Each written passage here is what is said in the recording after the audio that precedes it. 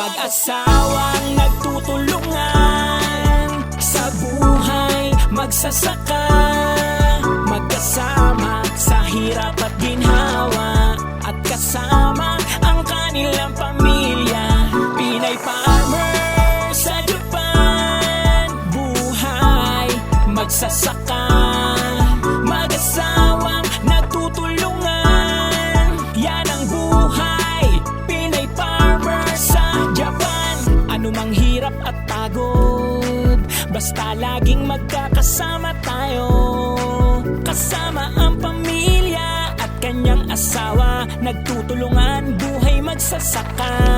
Laging bigyan ng kulay ang ating buhay, buhay magsasaka. Lagi tayong masaya sa pagtatanim. Ayan guys, medyo umuulan, umuambon siya ngayon.